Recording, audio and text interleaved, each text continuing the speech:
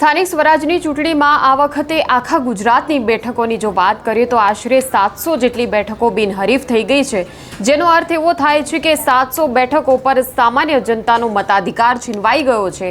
આ 700 બેઠકો જે વિસ્તારમાં છે ત્યાંના રહેવાસીઓ એવું જ વિચારતા હશે કે હવે 26 એપ્રિલે અમારે તો ઘરની બહાર નીકળવાની જરૂર જ નથી, કેમ કે મતદાન થાય તે પહેલાં જ સરકાર તો રચાઈ જ ગઈ છે।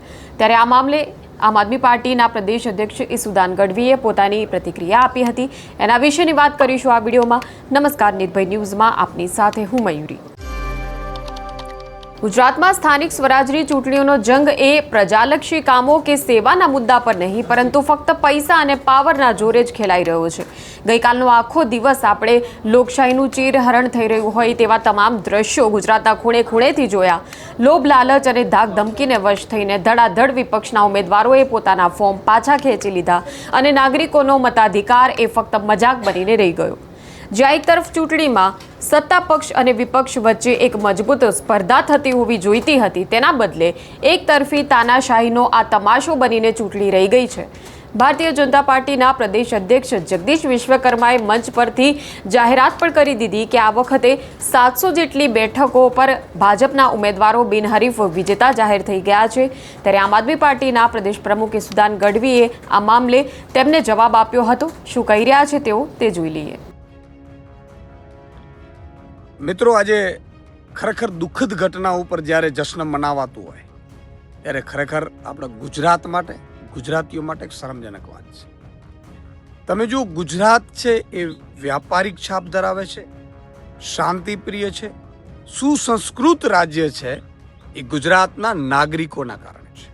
પણ બેફામ બન્યા રાજકારણીઓ રાજનીતિ ભૂલી ગયા, લોકનીતિ ભૂલી ગયા અને બધી નીતિઓને હવે ભૂલીને જાણે બિનહરીફ કરાવવાની હોડ લાગી હોય અને મીઠા મોઢા કરાવતા હોય।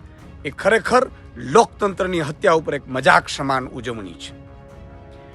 ભાજપે ઉજવણી કરી છે કે 700 લોકો અમારા બિનહરીફ થયા અને ઇતિહાસમાં પહેલી વખત થયું ને એનો અર્થ થયો કે તમે ચૂંટણી લડવા લાયક નહોતા રહ્યા, ત્યાં તમને લોકો ઘૂસવા દેતા નહોતા, તમે લોકોના મત અધિકાર છીનવ્યા છે અને એની ઉજવણી કરો છો, મીઠા મોઢા કરાવો છો અને તમારી ઐતિહાસિક ઘટના ગણાવો છો। શરમ આવવી જોઈએ, શરમ।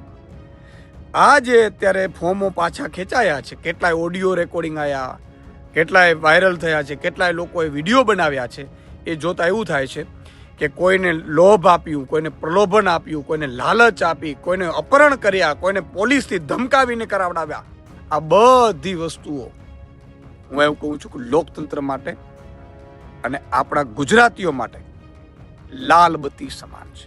લોકશાહીનો અર્થ શું છે? આવી જ રીતે બાંગ્લાદેશના બહેન શ્રી શેખ હસીનાએ આવું કર્યું હતું, બધા વિપક્ષોને જેલમાં નાખ્યા અને તોડફોડ કરીને 85% બહુમતી સાથે સરકાર બનાવી, પ્રધાનમંત્રી બન્યા। થયું શું? છેલ્લે પ્રજાએ એને ભગાડવા પડ્યા।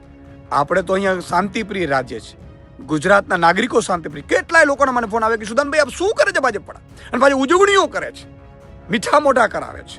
શરમ આવી જોઈએ, શરમ। તમે સત્તાનો દુરુપયોગ કર્યો, તમે પોલીસનો દુરુપયોગ કર્યો, આપણી રાજનીતિનો તમે દુરુપયોગ કર્યો। તમે એવા નેતા બની ગયા છો જે રાવણ અને કંસ જે કરતા હતા એ દિશામાં અત્યારે ભાજપ ચાલી રહ્યું છે। ખૂબ જ દુઃખદ છે અને ચૂંટણી પંચ મૂક પ્રેક્ષક બન્યું છે। વાહ ભાઈ વાહ, વાહ ચૂંટણી પંચ વાહ। તમારી ફરજ એ હોય, શેષાન સાહેબને યાદ કરો તમે, આ ચૂંટણી પંચમાં એનો ઇતિહાસમાં નામ લખાણું છે। ત્યારે ચૂંટણી પંચ અને કેટલાક કહેવાતા પોલીસ અધિકારીઓ માત્ર ને માત્ર જાણે ભાજપના કાર્યકર્તાઓ એવી રીતે કામ કર્યું હોય એવા જે અહેવાલો સામે આવ્યા છે, એ મને લાગે છે કે આપણા ગુજરાતીઓ માટે, ગુજરાતના નાગરિકો માટે, લોકતંત્ર માટે એ લાલ બત્તી સમાન છે। આજે આપણે લોકતંત્રની હત્યા થઈ છે અને એમાં ઉજવણી ન હોય, પણ ગુજરાતની જનતા બધું જાણે છે। જેને જેને ચૂંટણીનો અધિકાર છીનવ્યો છે એ લોકોએ જાણે છે અને હવે જે ચૂંટણી આવવાની છે એમાં પણ ગુજરાતની જનતા પોતાનો મત આપશે એવું મને પૂરો વિશ્વાસ છે। આ વખતની ગુજરાતની સ્થાનિક સ્વરાજની ચૂંટણીને ઐતિહાસિક ભારતીય જનતા પાર્ટી ગણાવી રહી છે અને તેઓ કદાચ સાચા છે, આમાં કંઈ ખોટું પણ નથી, કેમ કે કેન્દ્રમાં 10 વર્ષથી પણ વધુ સમય સુધી જેની સત્તા અને ગુજરાતમાં 30 વર્ષથી પણ વધુ સમય સુધી જેની સરકાર છે, એવી ભારતીય જનતા પાર્ટી ચૂંટણી લડવાના મૂડમાં તો બિલકુલ નથી, પરંતુ ફક્ત ઉમેદવારોને બિનહરીફ કરી દેવા છે અને ઉપરથી ઉમેદવારો જે બિનહરીફ થયા છે તેમનું ભારતીય જનતા પાર્ટી વિશેષ સન્માન પણ કરી રહી છે. લાજ શરમ નેવે મૂકેલા આ નેતાઓ 700 બેઠકો પર આગામી 5 વર્ષ સુધી હવે પોતાનું રાજ ચલાવશે.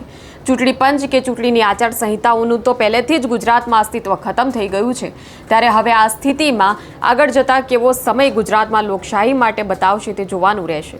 આ મામલે તમારું શું કહેવું છે તે પણ અમને ચોક્કસ કમેન્ટ સેક્શનમાં જણાવશો અને આવા પ્રકારના વિડીયો માટે જોતા રહો નિર્ભય ન્યૂઝ. અમારી ચેનલને લાઇક, શેર અને સબસ્ક્રાઇબ કરવાનું ભૂલશો નહીં. નમસ્કાર.